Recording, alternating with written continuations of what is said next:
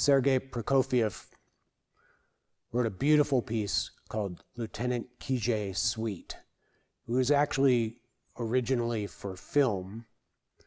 And in the film version, the solo that we're about to talk about is actually sung by a bass baritone. When Prokofiev arranged the piece to be an orchestral suite, which is performed quite often, he assigned that vocal part to the double bass and a solo at that.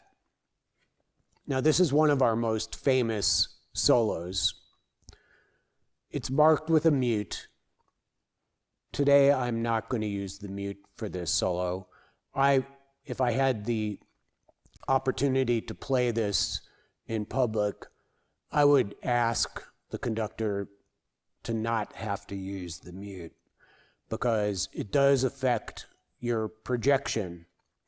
Of course, it would be correct to use it, and I will demonstrate the difference between them.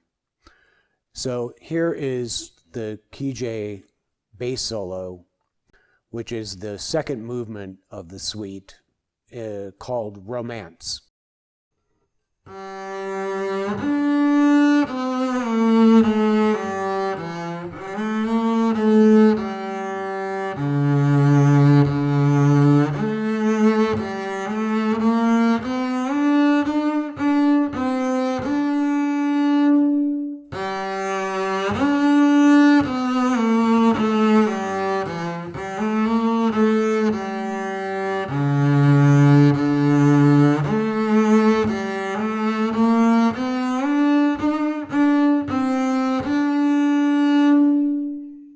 And the very last bar of this movement is again solo bass.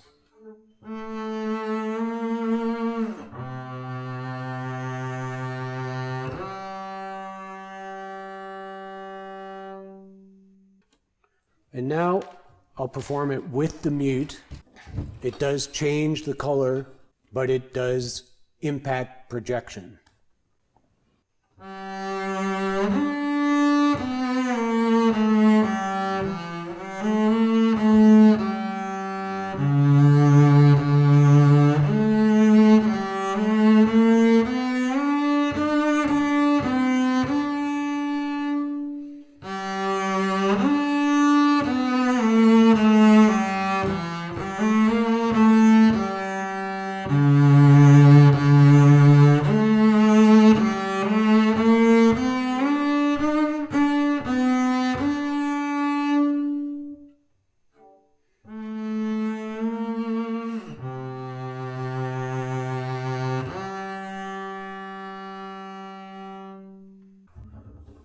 Prokofiev knew a lot about the bass and how to write for it. He liked writing for the bass in thumb position and the higher registers.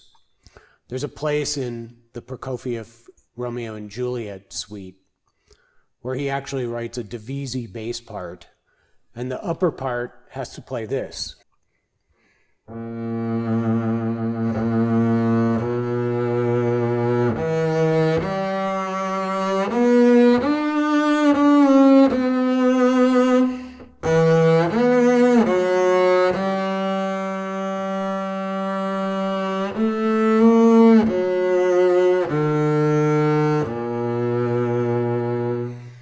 Itself a challenging excerpt, and often on auditions. The lower octave plays here.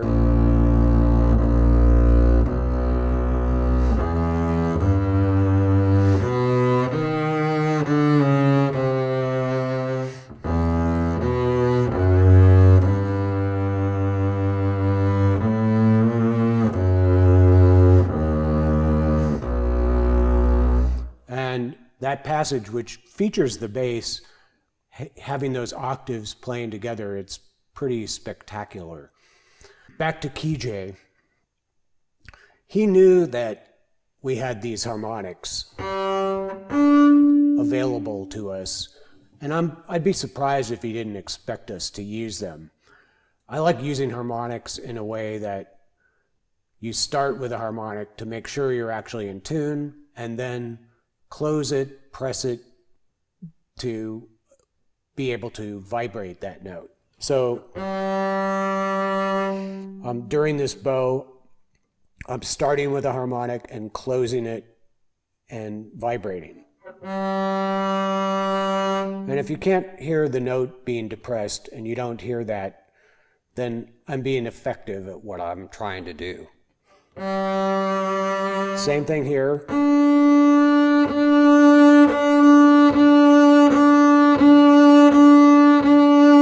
And this comes in really handy when you're doing the Dragonetti concerto too, for example.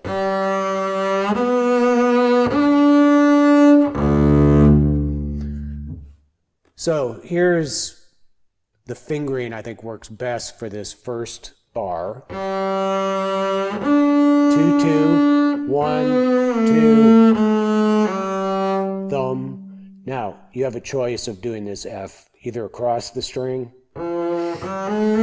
or I think it's worth the trouble of going back for that note on the G string. It keeps the sound the same.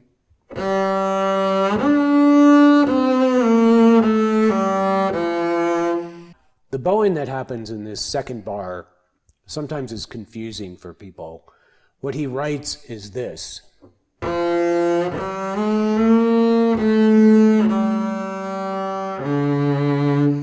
Now that makes the last two quarter notes of that bar rather difficult to play and sustain, especially when you're the only solo playing, and usually this happens in a very large hall.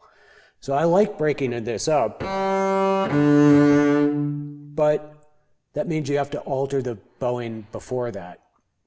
So here's what I do. I do down, separate, up, down, which sounds like this. And I think that works well, and it does accomplish what Prokofiev is trying to do.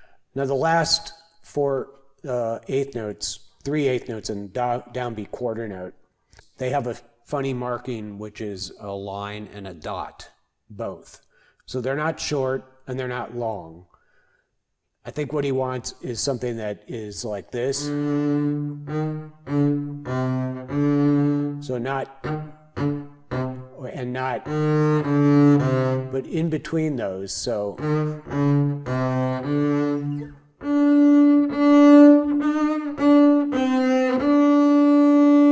And if you just stay in the upper half of the bow,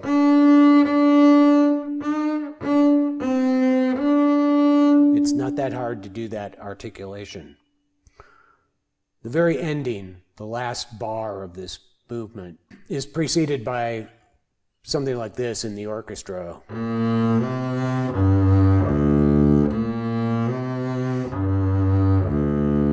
now the bass.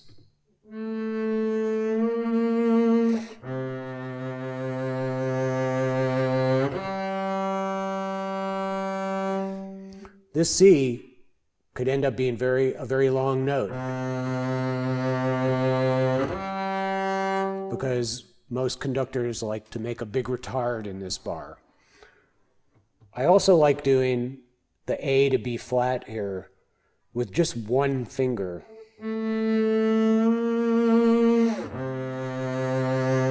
It makes the slur a little more important and it's a little more vocal. Instead of using 2 fingers.